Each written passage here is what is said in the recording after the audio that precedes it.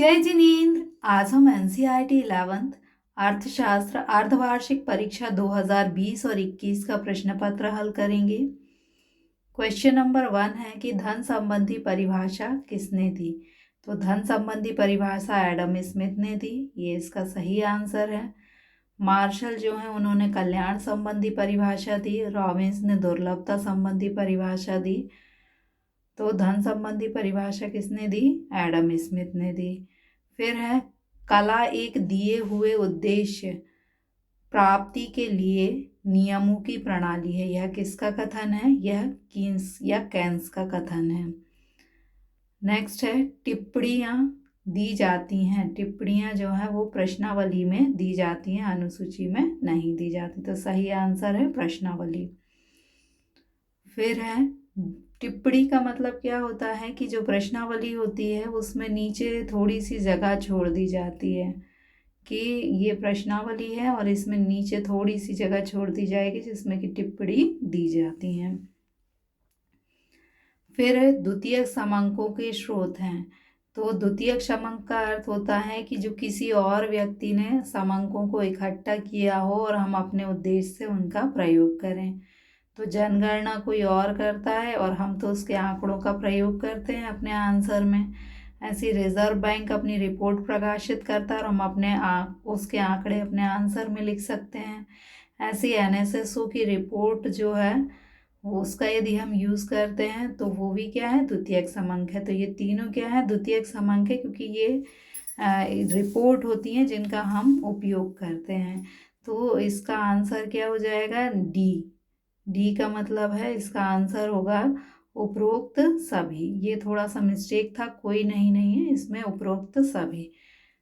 थोड़ी सी मिस्टेक हो जाती है इतना बड़ा पेपर बनाने में, लेकिन आप इसको करेक्ट कर लीजिए, ये उपरोक्त सभी है। फिर है समंक। संकलन की दृष्टि से समंक कितने प्रकार के होते हैं? तो 2 प्रकार के होते हैं। एक प्राथमिक समंक होते हैं और दूसरे द्वितीयक समंक होते हैं। प्राथमिक समंक क्या होते हैं? यदि आप खुद जाकर जनगणना करें, एक एक घर जाकर आंकड़े एकत्रित करें तो वो क्या हो जाएंगे? प्राथमिक समंक। लेकिन आप खुद नहीं गए हैं, आप अपने घर में बैठ गए और आपने क्या किया कि पिछले साल की जनगणना के आंकड़े उठाए और उसमें थोड़ा सा संशोधन करके इस साल की जनगणना कर दी, तो वो क्या हो जाएगा? द्वितीयक समंक। प्राथमिक समंक में आप खुद घर घर जाकर आपने जनगणना की थी। तो प्राथमिक समंक में अनुसंधानकर्ता स्वयं जानकारी एकत्रित करता है, जबकि द्वितीयक समंक में किसी अन्य अनुसंधानकर्ता द्वारा एकत्रित की गई जानकारी का उपयोग किया जाता है। क्वेश्चन नंबर 2 है रिक्त स्थान भरिए। एक अच्छी प्रश्नावली का आकार छोटा होना चाहिए, क्योंकि बहुत जो प्रश्नावली बहुत बड़ी होती है तो जो उत्तरदाता होते हैं उसका उत्तर देने में ज़्यादा इंटरेस्ट नहीं लेते। फिर है रॉबिन्स के अनुसार अर्थशास्त्र किसका विज्ञान है? दुर्लभता। रॉबिन्स ये कहते थे कि हमारी जो आवश्यकताएं हैं वो अनंत हैं, बहुत सारी हैं, उसकी संतुष्टि के जो साधन हैं वो क्या हैं? सीमित हैं। इसलिए हमें अब ये साधन सीमित भी हैं या दुर्लभ हैं, इसलिए आर्थिक समस्या उत्पन्न होती है कि हमें दुर्लभ संसाधनों से असीमित आवश्यकताओं की पूर्ति कैसे करें। तो अर्थशास्त्र क्या है? दुर्लभता का विज्ञान है। फिर है सांख्यिकी डैश का विज्ञान है। तो इसका आंसर गणना भी हो सकता है, अनुमान भी हो सकता है, संभावना भी हो सकता है। जो भी इन तीनों में से जो भी लिखा है वह सही होगा। अंग्रेजी शासन के पूर्व भारत में कुटीर उद्योग जो था वो उन्नत अवस्था में था। मतलब हमारे देश के यहाँ तक आप ये समझ लीजिए कि हमारे देश का जो कपड़ा था वो ब्रिटेन की महारानी उसको पहनती थी, तो कितनी उन्नत अवस्था में होगा। फिर है स्वतंत्रता के समय कृषकों का शोषण किसके द्वारा किया जाता था? मध्यस्थों के द्वारा। क्या होता था कि जो किसान होता था वो सबसे नीचे होता था और सरकार या ब्रिटिश गवर्नमेंट ऊपर होती थी। इनके बीच में जो मध्यस्थ होते थे वो किसान का शोषण करते थे। अब सही जोड़ियां मिलाना है। तो पहला है प्राथमिक क्षेत्र के अंतर्गत क्या आता है, कृषि प्राथमिक क्षेत्र में आती है, उद्योग जो है वो द्वितीयक क्षेत्र में आते हैं, और सेवा जो है वो तृतीयक क्षेत्र में आती है। ब्रिटिश शासन का विनाशकारी प्रभाव क्या था, आर्थिक गतिहीनता।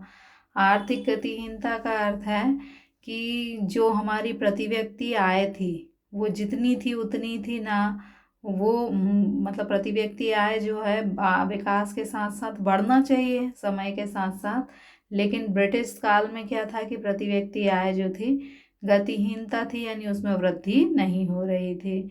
प्राथमिक समांकों के संकलन की विधि है प्रश्नावली भर के। यदि हम प्रश्नावली बनाते हैं और एक एक घर जाकर उसको स्वयं भरवाते हैं तो वो क्या होंगे, प्राथमिक समांक। या हम प्रश्नावली भेज देते हैं और उत्तरदाता भर के हमारे पास भेजता है तो वो भी क्या होंगे, प्राथमिक समांक।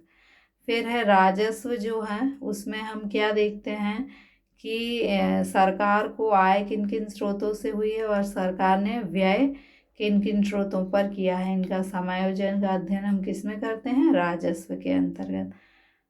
तो राजस्व आप थोड़ा ट्रिकी वे में याद कर सकते हैं कि जैसे राजा है तो राजा किसका अध्ययन करता है, अपनी आय और व्यय का।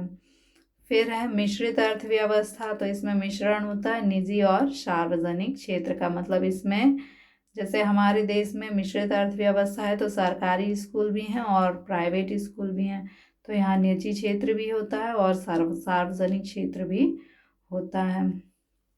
एक शब्द में उत्तर, चुनाव करने की क्रिया को रॉबिन्स ने क्या नाम दिया, आर्थिक समस्या। देखिए हमें चुनाव कब करना होता है, जबकि हमारे पास आवश्यकताएं अनंत हो और उसकी संतुष्टि के साधन जो हैं वो सीमित हो, तो हमें चुनाव करना पड़ता है। और रॉबिन्स ने इस चुनाव की समस्या को क्या नाम दिया है, आर्थिक समस्या। अगला है उत्पादन में किसका सृजन होता है, तो उत्पादन में उपयोगिता का सृजन होता है। जैसे कि नदी में रेत डली हुई है, तो यदि इस रेत को नदी के बाहर निकाल दिया जाए तो हम इसे क्या कहेंगे कि उत्पादन हुआ, क्योंकि नदी के अंदर इसकी कोई उपयोगिता नहीं थी और नदी के बाहर ये उपयोगी हो गई है। तो उत्पादन में किसका सृजन होता है, उपयोगिता का सृजन होता है। फिर है सांख्यिकी अनुसंधान के कितने चरण होते हैं, तो 4 चरण होते हैं। पहले समय में हम समंक जो हैं उनको संकलित करते हैं। जैसे आपकी मैडम आपकी मार्कशीट बनाने के लिए पहले समंकों का संकलन करती हैं, फिर उनका प्रस्तुतिकरण अंक सूची में किया जाता है। इसके बाद फिर परसेंटेज निकाले जाते हैं, विश्लेषण किया जाता है और फिर निर्वाचन किया जाता है कि यदि 90% अंक आए हैं तो बच्चा होशियार है। तो ऐसे 4 चरण होते हैं सांख्यिकी अनुसंधान के। फिर सांख्यिकी का जन्मदाता किसे कहा जाता है, एच.एन. वाला। आप थोड़े ट्रिक से याद कर लें। एक चैन वाले ने सांख्यिकी का एक चैन वाला जो था उसने वह सांख्यिकी का जन्मदाता था, तो एक चैन वाले से आप एच.एन. वाल याद कर सकते हैं। फिर है उपभोग की परिभाषा दीजिए, तो यहाँ आपको अर्थ नहीं लिखना बल्कि परिभाषा लिखना। तो परिभाषा किसी न किसी अर्थशास्त्री की होती है, तो यहाँ मेयर्स की परिभाषा याद करेंगे कि व्यक्ति की आवश्यकता की संतुष्टि के लिए वस्तुओं और सेवाओं का प्रत्यक्ष और अंतिम उपयोग ही उपभोग है। आपकी आवश्यकता है, आपको भूख लगी है और आपने सेब जो है उसको खा लिया तो आपको संतुष्टि मिली, तो ये क्या हो जाएगा, उपभोग। उपभोग क्या है कि आवश्यकता की संतुष्टि के लिए वस्तुओं और सेवाओं का प्रत्यक्ष और अंतिम। प्रत्यक्ष मतलब आपने उसको प्रत्यक्ष रूप से उसका प्रयोग करके संतुष्टि को प्राप्त कर लिया है। Okay, thank you. पार्ट 2 में आपको इसके आगे का सॉल्यूशन मिलेगा। Thank you.